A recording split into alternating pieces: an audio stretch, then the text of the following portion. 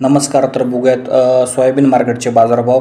काल जर बघितलं तर जे आहे वाशिममध्ये मार्केट कमीत कमी 6,200, सरासरी 7,000, तर जास्तीत जास्त 7,600पर्यंत मार्केट जे आहे वाशिममध्ये गेलेले होते. त्याचप्रमाणे जर बघितलं तर कोपरगाव, अहिल्यानगरमध्ये कमीत कमी 7,000, तर जास्तीत जास्त 7,400 रुपये मार्केट काल गेलेले होते.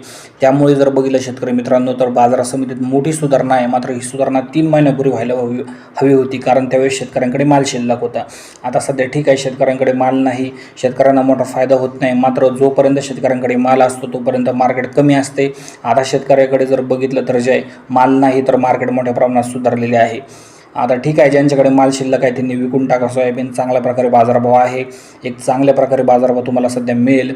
मात्र स्थिती जर बघितली तर सरकारने काहीतरी नियोजन केले पाहिजे. सर्व शेतकऱ्यांना एक समप्रमाणात मार्केट मिळाले पाहिजे. 7,000 रुपये कमीत कमी हमी भाव द्या.